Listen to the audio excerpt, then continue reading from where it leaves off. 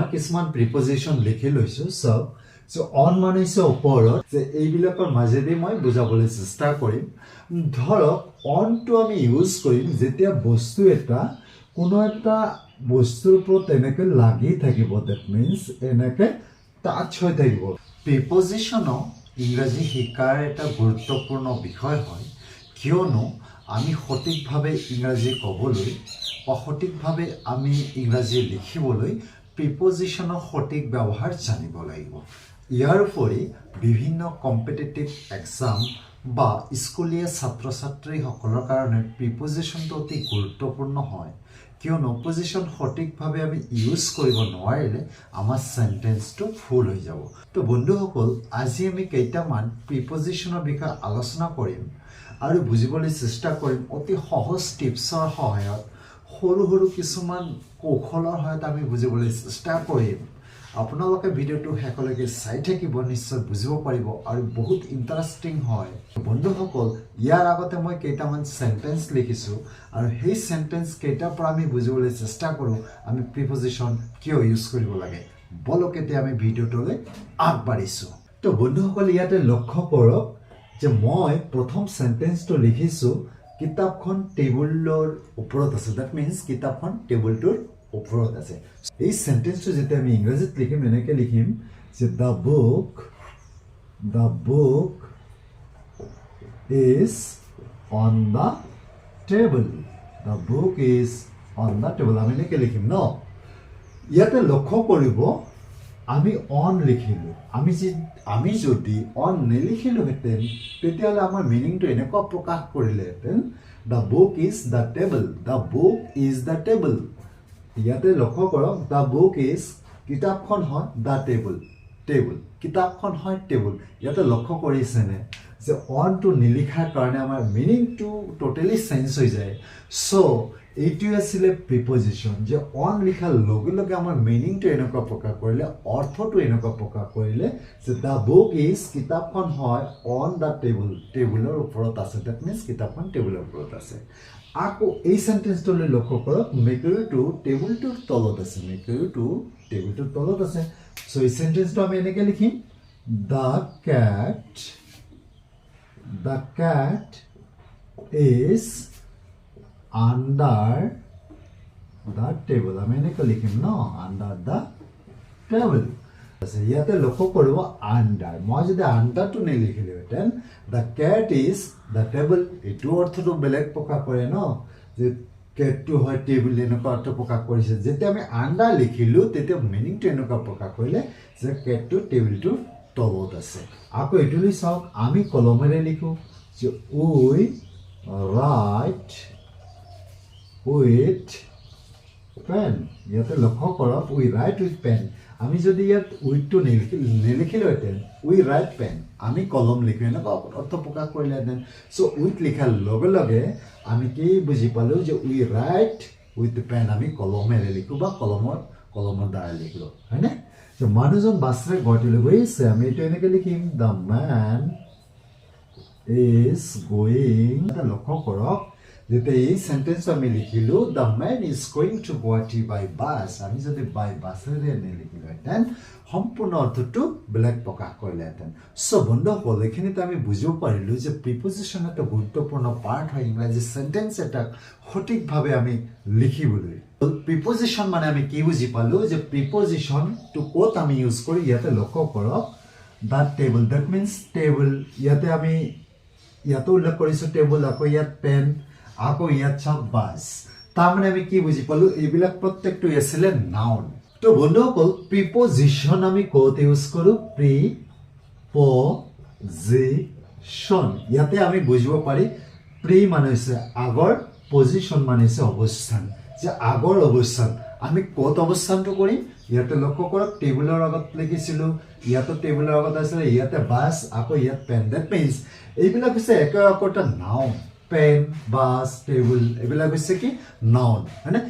noun মানে কি আছিলে যিকোনো নাম বুজালে আমি তাক নাউন পদ বুলি কওঁ হয়নে যে প্ৰিপজিশনবিলাক তেনেহ'লে আমি ক'ত ইউজ কৰোঁ যে নাউন পদৰ আগত ইউজ কৰোঁ বা প্ৰনাউনো হ'ব পাৰে যে প্ৰনাউন বা নাউন পদৰ আগত আমি প্ৰিপজিশন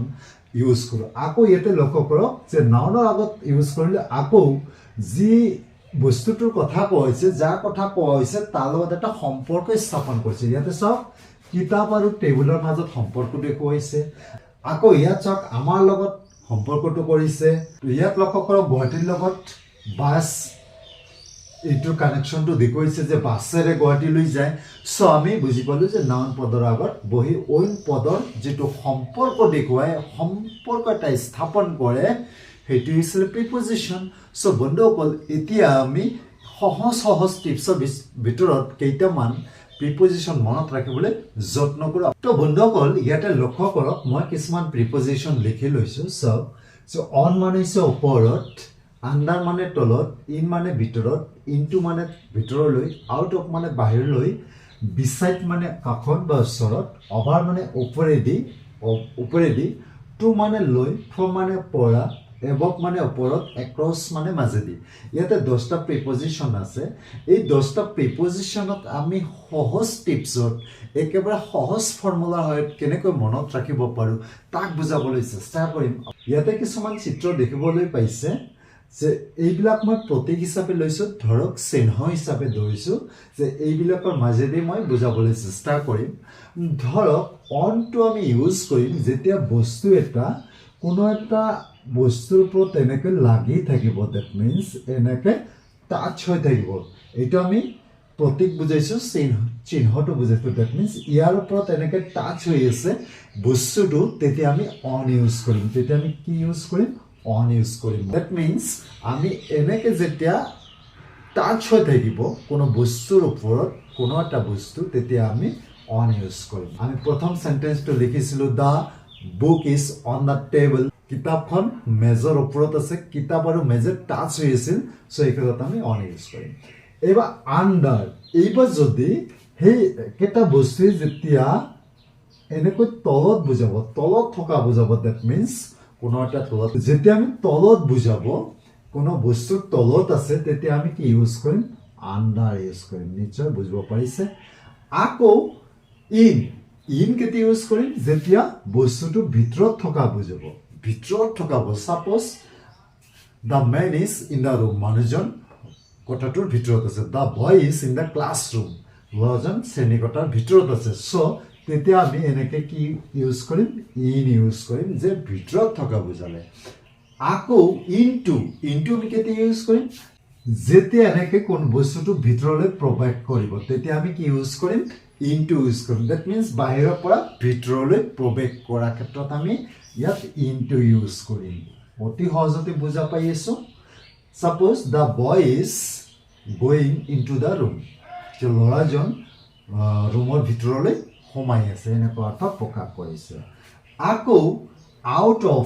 অফ আমি কেতিয়া ইউজ কৰিম যেতিয়া ভিতৰৰ পৰা বাহিৰলৈ প্ৰৱেশ কৰে ডেট মিনছ ভিতৰৰ পৰা বাহিৰলৈ হ'লে আউট অফ আৰু বাহিৰৰ পৰা ভিতৰলৈ প্ৰৱেশ কৰিলে ইনটু নিশ্চয় বুজিব পাৰিছে বস্তুটো যেতিয়া ক'ত আহিব ভিতৰৰ পৰা বাহিৰলৈ আহিব তেতিয়া আমি ইউজ কৰিম আউট অফ ইউজ কৰিম বুজিব পাৰিছোঁ ধৰক the boys goes out of the room যে ল'ৰাজন ৰুমৰ ভিতৰৰ পৰা বাহিৰলৈ যায় এনেকুৱা অৰ্থ আমি লিখিব পাৰোঁ আকৌ ইয়াতে চব বিচাইড মানে হৈছে কাষত ধৰক এই ইয়াৰ কাষত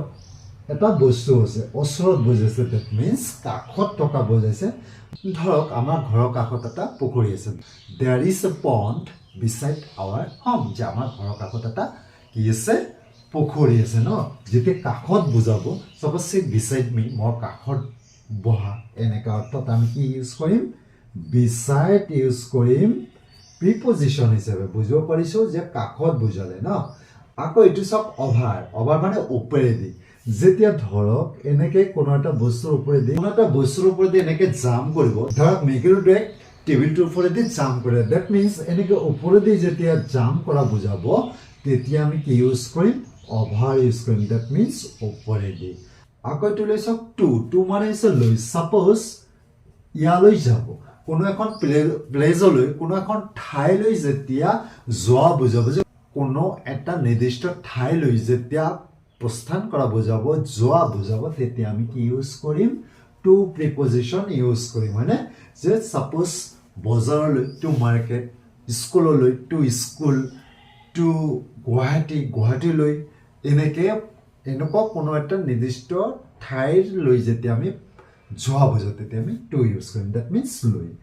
আকৌ ইয়াতে চাওক ফ্ৰম মানে হৈছে পৰা আকৌ সাপোজ কোনো এখন ঠাইৰ পৰা যেতিয়া আমি যোৱা বুজাওঁ সাপোজ ফ্ৰম গুৱাহাটীৰ পৰা ফ্ৰম স্কুলৰ পৰা ফ্ৰম মাৰ্কেটৰ পৰা ডেট মিনছ কোনো এখন ঠাইৰ পৰা যেতিয়া অহা বুজায় তেতিয়া আমি ফ্ৰম ইউজ কৰিম কি ইউজ কৰিম ফ্ৰম ইউজ কৰিম বুজিব পাৰিছে আকৌ ইয়াতে চাওক এবভ মানে আমি কি ইউজ কৰিম এবভ মানে হৈছে ওপৰত কোনো এটা বস্তুৰ ওপৰত যেতিয়া স্থিৰ অৱস্থাত এটা বস্তু থাকে তেতিয়া আমি এবভ ইউজ কৰিম ধৰক আমাৰ ওপৰত স্কাই আছে ডেট মিনছ আকাশখন আছে স্থিৰ অৱস্থাত আছে the sky is above our head যে আমাৰ মূৰৰ ওপৰত স্কাই আছে ন তেতিয়া আমি এবভ ইউজ কৰিম যে ওপৰত বুজায় ডেট মিনছ যে স্থিৰ অৱস্থা থাকিব আকৌ ওপৰত বুজাব যেতিয়া কোনো এটা বস্তু তেতিয়া আমি এবভ ইউজ কৰিম আশা কৰিছোঁ নিশ্চয় বুজিব পাৰিছে আকৌ এক্ৰছটো আমি কেতিয়া ইউজ কৰিম ধৰক কোনো এটা বস্তুৰ মাজেদি যেতিয়া ক্ৰছ কৰিব এনেকৈ যেতিয়া ক্ৰছ কৰিব তেতিয়া আমি কি ইউজ কৰিম এক্ৰছ ইউজ কৰিম বুজিব পাৰিছে যে মাজেদি ডাইৰেক্ট ক্ৰছ হৈ গ'ল suppose the snack is lying across the road যে সাপডাল ৰাস্তাৰ মাজেদি শুই আছে ডেট মিনছ এক্ৰছ এনেকৈ শুই আছে লাইং তো এক্ৰছ মানে আমি কি বুজালো এনেকৈ ক্ৰছিং হোৱা ডেট মিনছ পাৰ হৈ যোৱা মাজেদি তো আশা কৰিছোঁ নিশ্চয় বুজিব পাৰিছে তো বন্ধুসকল এই সহজ টিপছৰ সহায়ত আমি এই 10টা প্ৰিপজিশ্যন ইজিলি মনত ৰাখিব পাৰোঁ তো আশা কৰিছোঁ বন্ধুসকল নিশ্চয় বুজিব পাৰিছে ভিডিঅ'টো চাই যদি কিবা অলপ শিকিব পাৰিলে লাইক এটা কৰি দিয়ক আৰু যিমান পাৰে শ্বেয়াৰ কৰি দিয়ক